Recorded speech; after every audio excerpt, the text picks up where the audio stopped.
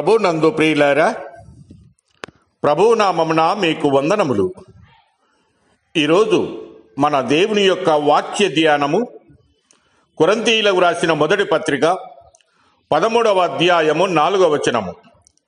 ప్రేమ దీర్ఘకాలం సహించును, దయ చూపించును, ప్రేమ మత్సరపడదు, ప్రేమ డంబముగా ప్రవర్తింపదు, అది ఉప్పొంగదు.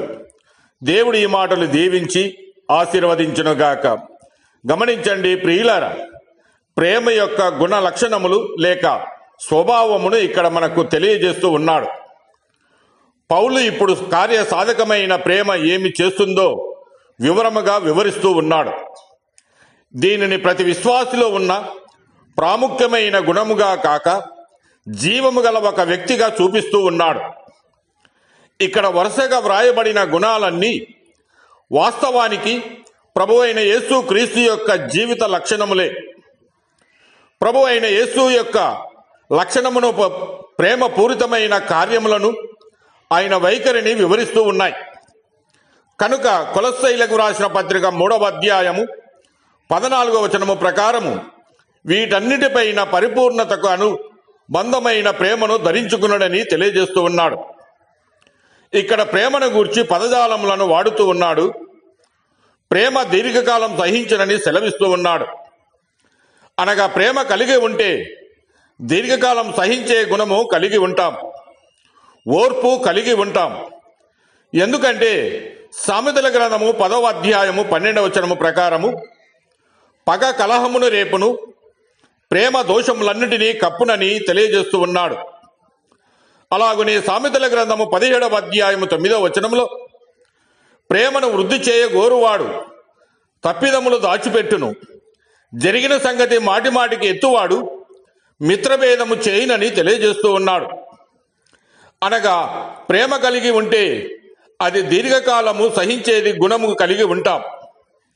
తెస్సలోనికీయులకు రాసిన మొదటి పత్రికలో 5వ అధ్యాయం 14వ వచనంలో అపోస్తలుడైన పౌలు ఈ విధముగా సెలవిస్తూ ఉన్నాడు. మేము మీకు బోధించున్నది ఏమనగా, అక్రమముగా నడుచుకుని వారికి బుద్ధి చెప్పుడి, ధైర్యము చెడిన వారిని ధైర్యపరచుడి, బలహీనులకు ఊతనీయుడి, అందరి ఏడల దీర్ఘశాంతము గలవారై ఉండుడని సెలవిస్తూ ఉన్నాడు. ఎందుకనగా ప్రేమ అనేక పాపములను కప్పును.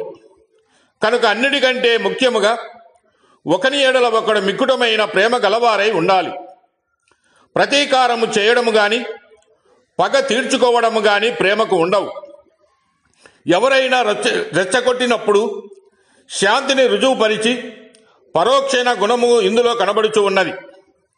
అంతేగాక ప్రేమ దయ చూపించేదిగా ఉన్నది. ఇది జీవము గల గుణమై తనను అమర్యాదగా చూసే వారి పట్ల మంచి తనముతో వ్యవహరించి అందరికీ మేలు చేయును. ఎఫెసీయులకు రాసిన పత్రిక 4వ అధ్యాయము 32వ వచనములో ఒకని ఏడల ఒకడు దయగలిగి కరుణా హృదయులై క్రీస్తునందు దేవుడు మిమ్మును క్షమించిన ప్రకారము మీరును ఒకరినొకరు క్షమించుడని తెలియజేస్తూ ఉన్నాడు. కనుక ప్రియమైన సహోదరి సహోదరుడా, దేవుని చేత ఏర్పరచబడిన వారును పరిశుద్ధులను ప్రియులనైన వారికి తగినట్లు మీరు జాలిగల మనస్సును, దయాలత్వమును, వినయమును, సాత్వికమును, దీర్ఘశాంతమును ధరించుకొని విశ్వాస జీవితంలో ముందుకు సాగుము. దేవుడు మిమ్మల్ని దీవించి ఆశీర్వదించునుగాక.